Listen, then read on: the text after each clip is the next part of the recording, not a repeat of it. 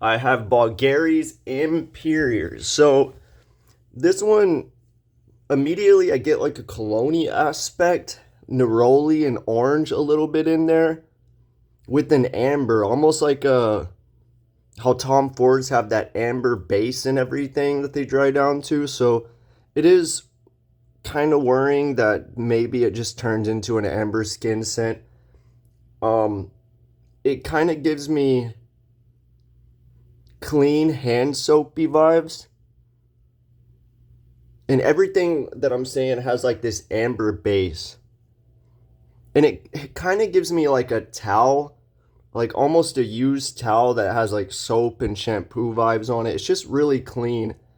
I saw the notes were listed as ginger top, ginger mid, and then sandalwood and labdanum on during the base.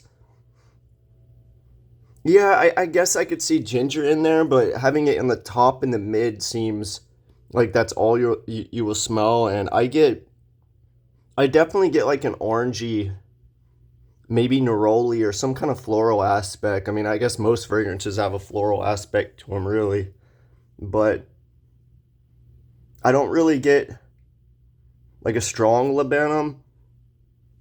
I mean, there's like an amber accord for sure. Maybe there's some sandalwood to smooth it out, but yeah, it's like a nice ambery cologne with maybe some fir balsam or something, like a slight forest vibe.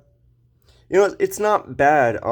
But this is a fragrance that I'm kind of just like whatever. It doesn't stay on my memory. I think especially considering the price, and 460 for 100 ml. I just dismiss this, even though it might be decent. I don't at that price point. There's so many more better ones. If this was half the price in a different brand's bottle, I'd probably think, yeah, that's decent, but it's not bad. Surprisingly, most of these Bvlgari exclusives I do not really care for. Maybe this is the better one I've smelled. But yeah, fresh, soapy, amber. It's almost like a unique take on a cologne, kind of. I mean, there's aspects of a cologne in there, but then you're kind of getting aspects of like a soapy, musky fragrance. And then an amber. I mean, the amber's light, but it's definitely in there. So I feel like is in so many fragrances. Like a lot of Tom Ford's, like Solo Neige, I believe, are really good. And then they just dry down to amber. I feel like Joe Malone does that a lot too. They have this musky amber base. And I think that's why they market, oh, you can blend all of these. They keep the top notes kind of simple, the mid, but all the bases are the same. So they kind of dry down and blend in with each other. And I guess all the top notes are fresh, so they kind of just work with each other. I mean, I guess most top notes are fresh, but yeah, I mean, this is decent. It's very light too. I wore this yesterday and I couldn't really smell it on me projecting even up to my smelling up my to my skin. I didn't really get a smell of it. I mean, I did only do like 2 or 3 sprays, but it's definitely not beast mode. It's very light.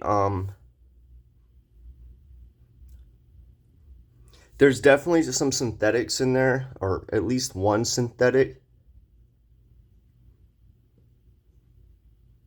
I'd probably say there's a little bit of ambroxan in here. Not too much, but it kind of freshens it up. There's some kind of like C note in there. It's very light. That might be the ambroxan. Yeah, it's not bad. I've tried this several times and I never thought much of it. And maybe it's hard to remember for me, but smelling it now and yesterday, it's not bad. But once again, is it worth 460 bucks? I don't think so. I think there's better out there. But I mean, if you're looking for another Bulgari, La Gemme or exclusive, whatever they call them, this might be one to check out.